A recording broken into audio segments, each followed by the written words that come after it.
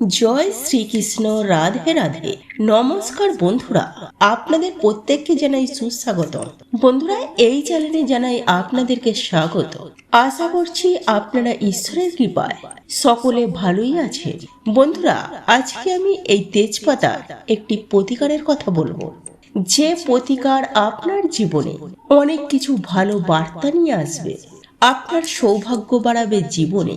আপনার জীবনে থাকা প্রত্যেকটি সমস্যা, প্রত্যেকটি বাধা বিপত্তি, সকল কিছু আপনার জীবন থেকে একেবারে দূর হয়ে যাবে। এই তেজপাতা এমন একটি জিনিস যে এই তেজপাতার মধ্যে এতটা গুণ আছে, যদি আমরা এই তেজপাতাকে সঠিকভাবে মানুষ ব্যবহার করতে পারে, বিধি হিসাবে যদি ব্যবহার করে, তাহলে একজন মানুষের জীবনে থাকা প্রতিটি দুঃখ কষ্ট, যত বেশি দুঃখ কষ্ট থাকুক না কেন, সকল দুঃখ কষ্ট এই তেজপাতা দিয়ে দূর করা যায়।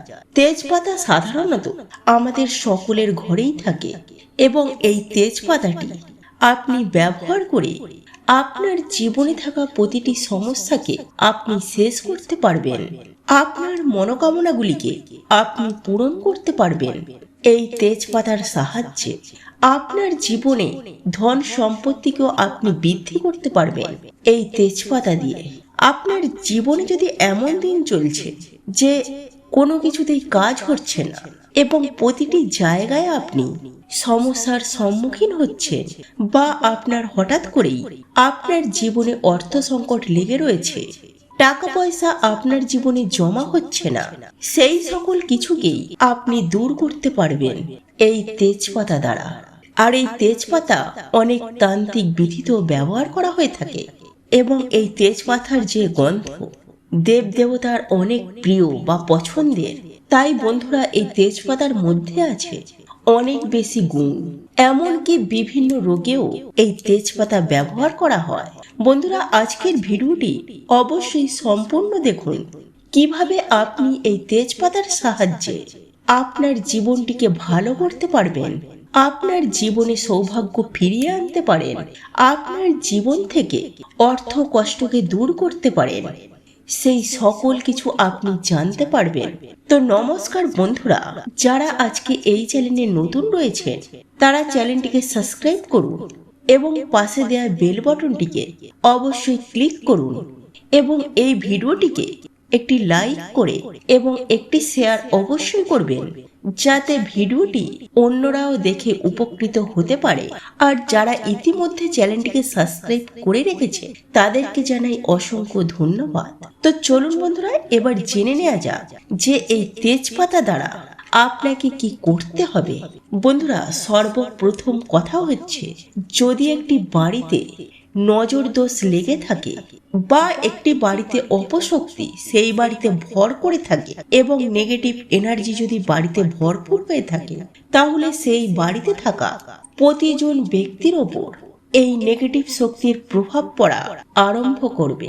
সেই বাড়িতে থাকা প্রতিজন ব্যক্তির মধ্যে নানা ধরনের সমস্যা দেখা দিতে শুরু করবে। সেই বাড়িতে থাকা প্রতিজন ব্যক্তির জীবনে উপার্জন কম হওয়া শুরু করবে, আপনার হাতে অর্থ আসবে না, এমনকি আপনি অর্থ সঞ্চয় করতে পারবেন না।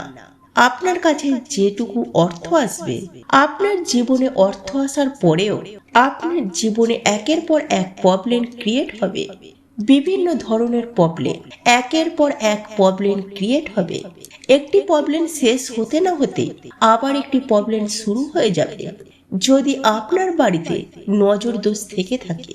আর এই নজর দোষ থাকলে আপনার হাজার চেষ্টা করার পরেও আপনি উপার্জন বৃদ্ধি করতে পারবেন না।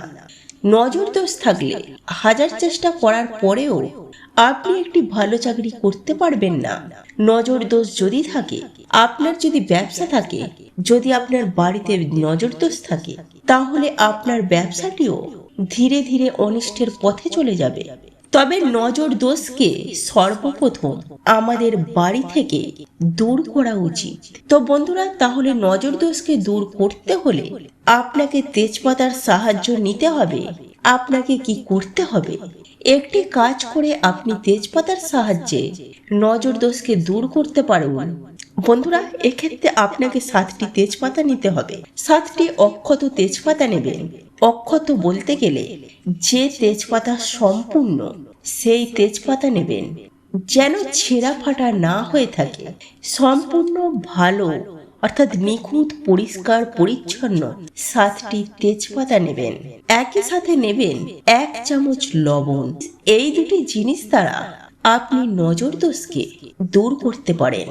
আপনার বাড়িতে যদি এমন কোনো ব্যক্তি আছে, যে ব্যক্তি হয়তো বহু দিন ধরে ইন্টারভিউ দিচ্ছে, চাকরি কিছুতেই হচ্ছে না, যে বাড়িতে এমন ব্যক্তি আছে বা ব্যবসা করছে যে তার ব্যবসা খারাপ হতে চলছে দিন দিন, বাড়িতে যদি এমন ব্যক্তি থাকে যে কোনো কাজ করতে যাচ্ছে, সেই কাজে সে সফলতা পাচ্ছে না, সেই কাজে সে সাকসেস হতে পারছে না, বাড়ির উপর কারো যদি মিথ্যা প্রতিবাদ লেগে থাকে, মিথ্যা অপবাদ লেগে রয়েছে, যদি কোনো মামলা মোকদ্দমায় জড়িয়ে পড়েছে, তেমন ব্যক্তির ওপর আপনাকে এই প্রতিকারটি করতে হবে।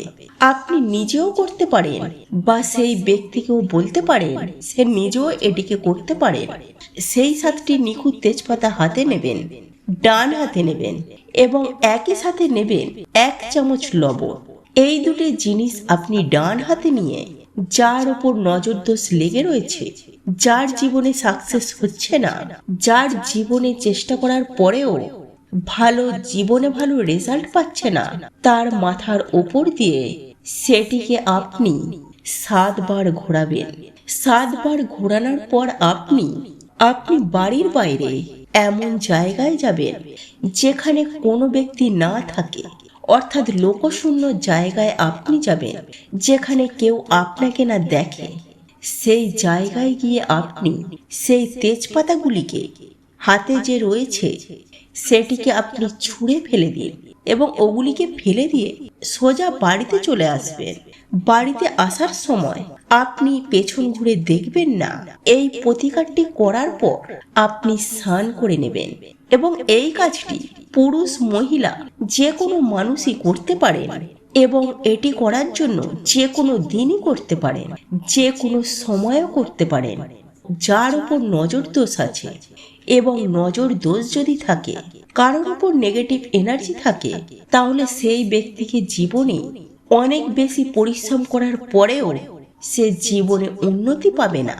তাই বন্ধুরা, এই কাজটি করুন। এই নজর দোষ থেকে আপনি সেই ব্যক্তিকে মুক্তি দিতে পারবেন। এই কাজটি করুন। দ্বিতীয়ত হচ্ছে, যদি আপনার কাছ থেকে অযথা টাকা খরচ হয়ে যাচ্ছে, হয়তো এই মাসে আপনি বেশি টাকা পেয়েছেন কিন্তু তার সঙ্গে সঙ্গে টাকাও বেশি খরচা হয়ে যাচ্ছে, হয়তো আপনি উপার্জন বেশি করেছেন কিন্তু আপনার হাত থেকে কোনো না কোনো কারণে উপার্জন যে করেছেন তার থেকে বেশি আপনার খরচ হয়ে যাচ্ছে, তার থেকে বেশি আপনার সেই টাকা চলে যাচ্ছে। আপনি চেষ্টা করেও ব্যাংকে টাকা জমাতে পারছেন না বা বাড়িতে টাকা জমাতে পারছেন না। ছোট বড় স্বপ্নের কথা তো বাদই দিলাম, আপনার দৈনন্দিন জীবনেও আপনি সম্পূর্ণ করতে পারছেন না। এমন যদি হয়ে থাকে তাহলে আপনি এই প্রতিকারটি করুন।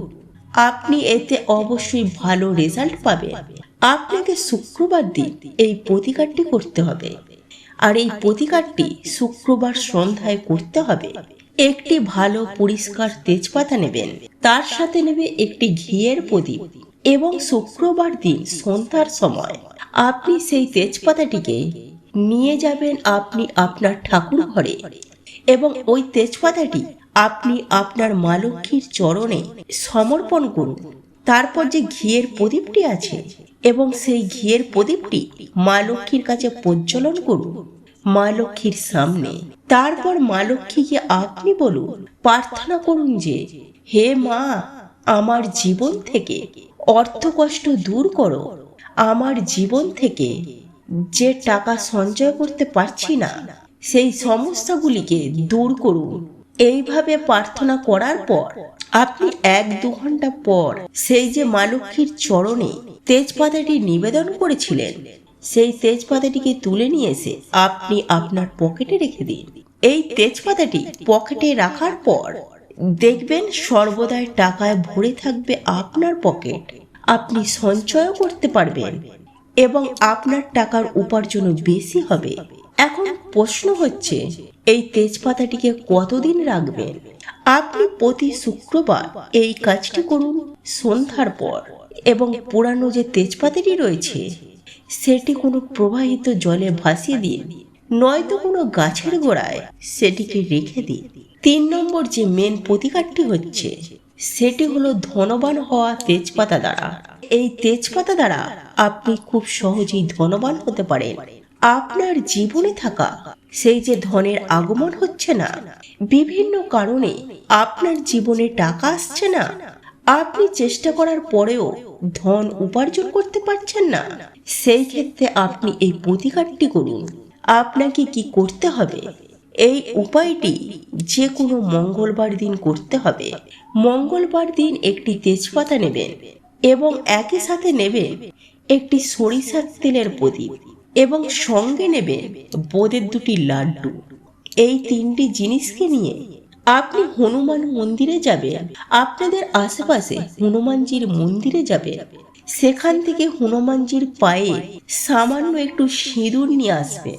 সিঁদুর নিয়ে আসার পর আপনি আপনার বাড়িতে কোনো পবিত্র জায়গায় বা শুদ্ধ জায়গায় বসে, অর্থাৎ আপনার ঠাকুর ঘরে বসে, সেই তেজপাতার ওপর হনুমান সিঁদুর দ্বারা আপনি লিখে রাখুন এই সংখ্যাটি 117, অর্থাৎ 117।